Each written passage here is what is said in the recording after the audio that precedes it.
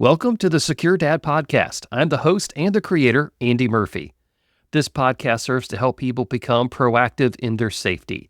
The information I share on this podcast is for general information purposes only. My goal is to empower you to make safer decisions for yourself and your family, because our safety is our own responsibility.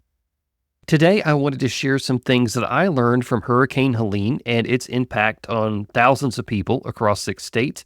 I've experienced hurricanes before in my life, and this one brought some new lessons learned, and I want to share those with you. All of that and more ahead on the Secure Dad Podcast. With data breaches becoming more frequent, it feels like we're losing control over who has access to our personal information. This is why I feel that Delete Me is more important than ever. They put the power back in our hands, helping us regain control of where our information is stored and who can access it. Delete Me removes your personal information from countless data broker sites that buy, sell, and trade your data. That information includes your name, address, phone number, work history, property values, and a whole lot more. And these brokers have data breaches too. In September, one company lost 2.2 terabytes of our data across 5 data broker sites. I've trusted Delete Me since 2018 to safeguard my digital privacy, and I can honestly say it's been a relief knowing that my information is in the hands of experts who care about keeping it safe. Take control of your privacy by visiting joindeleteme.com/dad and use the discount code DAD at checkout to get 20% off a privacy plan of your choice. Delete Me is a proud sponsor of the Secure Dad Podcast. Fall means cooler weather, shorter days, and more time spent inside. It's also the season when break-ins can increase as daylight hours shrink. That's why now is the perfect time to evaluate your home security, and FlipLock can help with that. When I first installed FlipLock, I knew I was adding an extra layer of protection to my home. With its solid metal design and those strong 3-inch screws that anchor it right to the door frame, FlipLock can withstand 1,600 pounds of force. Plus, it's easy to use and blends in seamlessly with your door hardware, so you feel secure without any added hassle. Whether you're home for the holidays or just cozying up for a quiet evening, FlipLock will keep your home safe. It's more than just a lock, it's peace of mind. To make your home even more secure this fall, head over to fliplock.com and use the discount code SecureDad for 20% off your entire order. Stay safe this season with the added protection of FlipLock.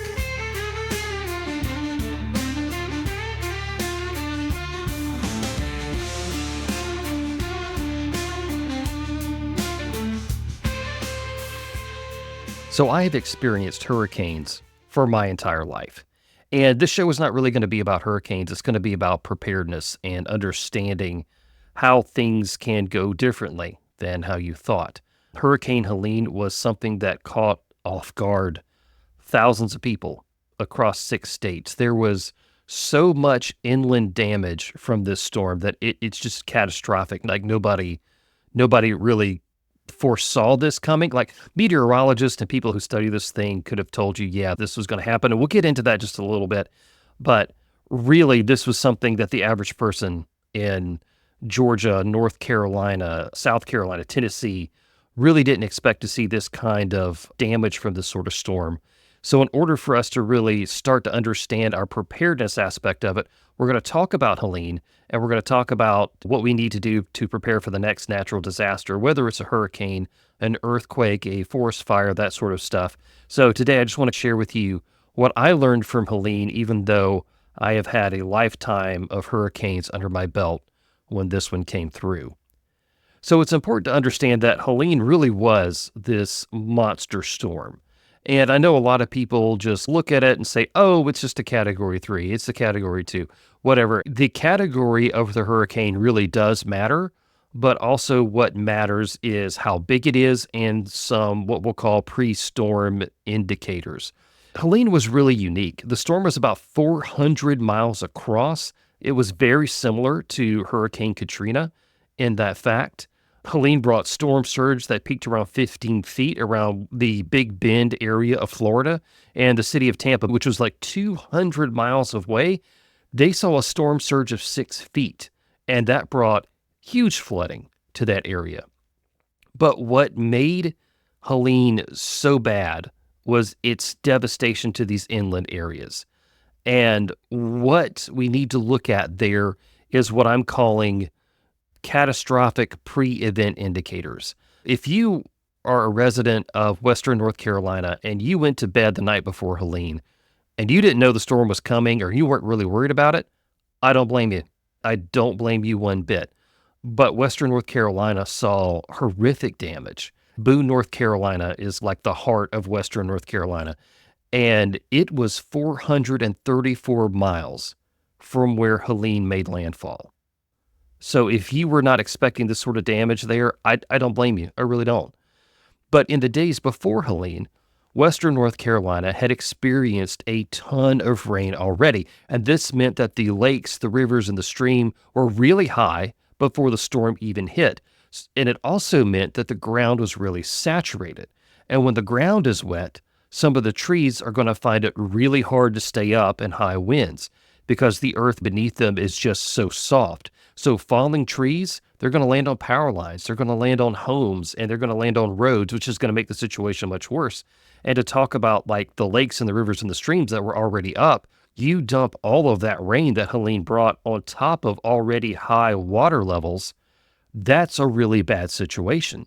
And most people don't ever think to look at that sort of stuff. Plus, there was like a high pressure system above like Tennessee and North Carolina that also made things worse, which a high pressure system also made Hurricane Hugo really bad for North Carolina, South Carolina, and Georgia back in 1989.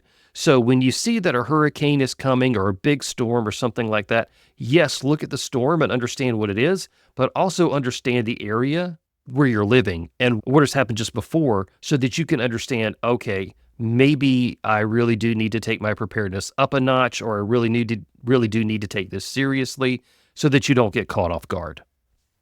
Obviously, when preparing for a hurricane, you're going to want to be informed. You're going to want to secure your property and all those sorts of things. Earlier in the year, I actually did a podcast on trying to reason with the hurricane season that really just does go over all the stuff that you need to do to be prepared for a hurricane or a big storm or a big natural disaster. But those sorts of things I had taken care of. But there was something that I didn't do the night before because I was really distracted. I wasn't paying much attention to Helene. I didn't put the big pot of clean water on the stove like I normally do. And I do that for drinking water, cooking, that sort of stuff. Sometimes I fill up a bathtub that can be used for bathing or water for non-consumption. We can use it to like flush toilets, things like that. Like I had made none of those preparations. And I really didn't think the storm was going to be bad for us. And we ended up losing power for about, I think we were down for 25 hours. There were a ton of trees down in our area. Our home was not really hurt. We came off so blessed. We were so fortunate in what we didn't experience because we have family and friends who had much worse problems. So we were lucky. But when the power first went out, one of the things that I had set up for what I call the critical systems in my home is battery backup.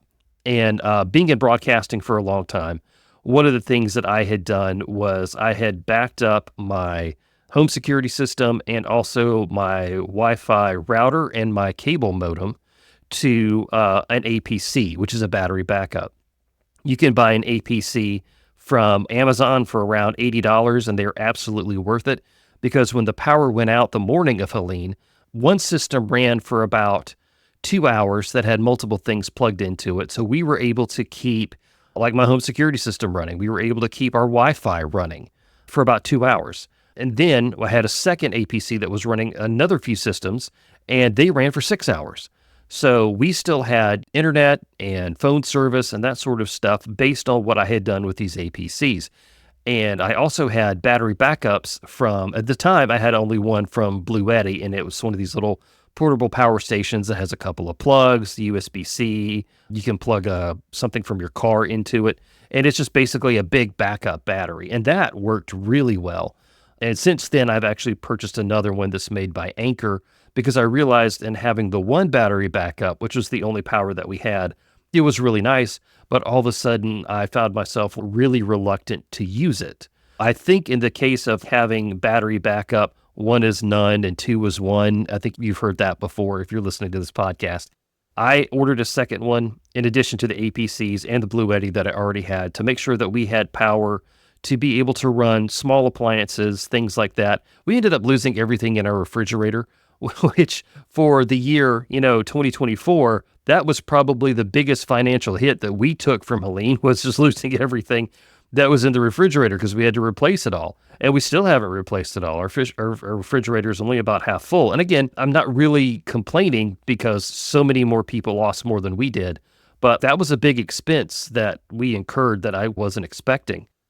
So in our area, the reason that we lost power was because we had so many trees fall. And I think that was because of the ground being saturated, not having a big storm like this in so long, that a lot of trees that were just on the edge of falling fell. And so it actually, about 3 weeks before the storm hit, we were very fortunate because we had to have 2 trees taken down on our property. And one of them was causing some damage to a fence. So I called out an arborist and I had him come and take a look at it. And he's, yeah, that one needs to come down. But it's this other one that's right in front of it that's really concerning to me because we had had such a wet summer. The trees they were sweet gum trees, and the limbs were really full and the leaves were really heavy. What can happen in this particular cases with sweet gums is that they will just let a branch go. It'll just snap off and suddenly fall without warning. That's kind of scary for me and also for my neighbor. And come to find out that if that tree were going to fall, it was going to fall directly onto my neighbor's house. And I'm not going to have that. I don't want that to happen to them. So we made the decision to go ahead and take those 2 trees down. And thankfully, when Helene came, I didn't have to worry about those. So be prepared well in advance of a storm. A lot of people think that preparing for a storm or a natural disaster is just having batteries and bottled water, and those things are important. But there are bigger issues that you've got to take care of that are outside of your home. Another thing that I wanted to touch on that I really haven't talked about with the Secure Dad, and I'm going to talk about this more, is having a family PACE plan for communication. And what a PACE plan is: primary, alternate, contingent, and emergency. And I'll walk you through what a PACE plan for my family is when it comes to communication. So your primary communication is going to be your smartphones. I also include tablets and computers because you can call, text, use social media from all of these things, right? So that's your primary thing, the things that you use on a daily basis. For an alternate, what you may have is a home phone. If you've listened to this show for a while, you know that I absolutely feel that every home should still have a telephone in it. I know that makes me sound really old, but yeah, I'm from the 80s. We had home phones. But the reason I like these is because kids can use them in an emergency if they don't have a smartphone or they don't know how to make an emergency call from your smartphone if you are having an emergency. So I think having a home phone is great. So your contingency communication would be like the FRS radios or walkie-talkies, the things that you get in the blister packs that come from like Walmart or Academy Sports or wherever it is that you shop. I actually, after Helene hit, got some Baofeng walkie-talkie style things. They have about 22 channels on it. And that's what I really would use to communicate with my family. If we would go on a hike, if there were a storm or a natural disaster, we had to split up, we could take these walkie-talkies and talk to each other just for like local family communication. Now your emergency, this is the E for PACE, your emergency communication would need to be something like a ham radio. And I recently, this one is sitting here right on my desk. It's the UV9R Pro. It's waterproof and dustproof and all that. It's really cool. I don't have a license for it yet. I do suggest that you get one in order to be able to use it. I am also just applied today for my GMRS radio license. And what that does is GMRS is, I don't want to upset anybody here, it's kind of like one below ham radio, where you have to have a license for ham radio and you have to follow all these procedures. GMRS is not like that. You do have to have a license for it, but it's much more relaxed when it comes to how communication is done.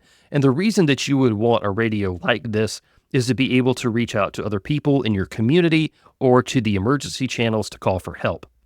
So that's what these radios do. Obviously, ham radio is going to give you like much further distance and all that sort of stuff. And again, I am very new to this. GRMS is a whole lot easier to use. But in emergency situation, they kind of suspend the rules. If you're in real trouble, you can reach out on one of these things, and hopefully somebody is going to be able to get to you and coordinate help, that sort of thing. So, like in an emergency, you can use ham radio or GRMS without the license, but again, only for emergency needs. Over the last few years on this podcast, I have had the amazing opportunity to talk with just outstanding people and experts in their field. And one of the greatest interviews I think I've ever had was with Patrick McNamara. And a couple of years ago, where he lives in Eastern North Carolina, there was an intentional blackout that lasted for several days. Somebody basically went in and just shut up a couple of power stations, and it knocked down a pretty big area, including Pat Max. So he came on the show, and we talked about what he did during that time. And of course, he was ready. He had everything ready to go. He had water, he had power, all this cool stuff. And he shared a few lessons that I really appreciated. And one of them was how important sitting around the campfire was. He calls it Ranger TV. And so there was one night after the storm where we still didn't have power. It was only one night. But that night when we didn't have power, my wife had gotten this little, it was like a campfire in a can kind of thing. So we lit that on our back porch, and we just sat outside for about an hour. And just having that little fire there helped connect us. It provided light, it provided heat, but it really was just this calming thing that we could do. And Pat Mack talked about that in the interview. And about, yes, fire does provide a way to cook and to provide safety and light and heat and all that sort of stuff, but it really also brings humans together. And we had so much stress in that time period of the hurricane and all of that. And just having that fire at the end of the day, at that night, was just really something nice. It was a treat almost. I just wanted to put that out there for you. And also, one of the things that I learned from my blackout discussion with him was that he said as soon as the emergency was over, he started preparing for the next one. And that was key. Because pretty much soon as Helene left, Milton came right behind it.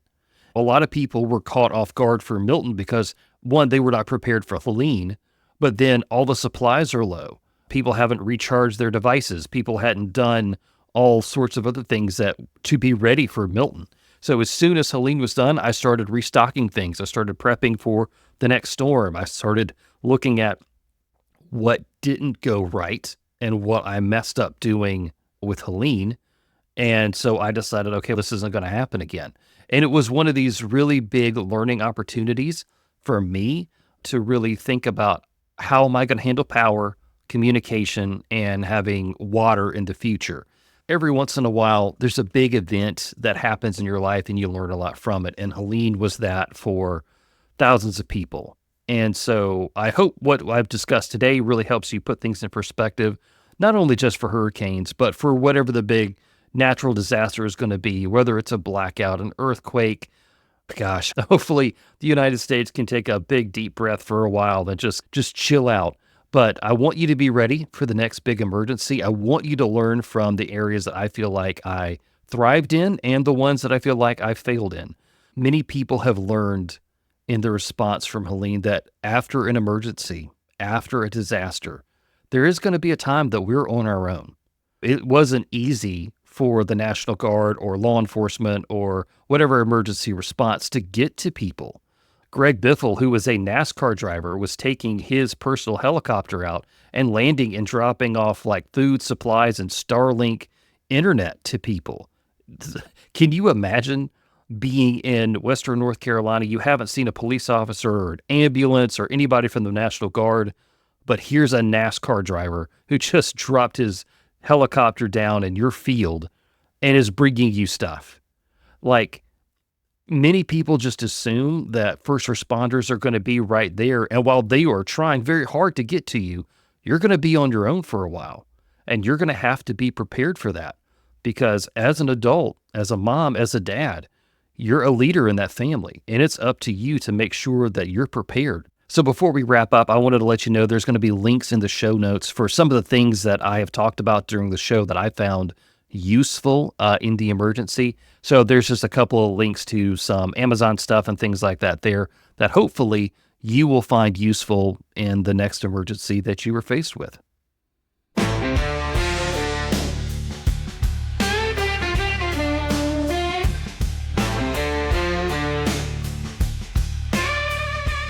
Well, that's all that I have for the Secure Dad podcast for today. Thank you for being a part of the show. I know that we have a lot of new listeners this week, and I'm really glad that you're here. Now, to let you know, there will not be a show next week because I only released 4 shows in a month, so I will be back the very first week in November. Take back your privacy and personal data with help from Delete Me. Get 20% off a privacy plan when using the code DAD at checkout. There's a link for you in today's show notes. Fortify your home with FlipLock. For more, go to fliplok.com and use the discount code SecureDad to get 20% off your entire order. For more from The Secure Dad, visit thesecuredad.com.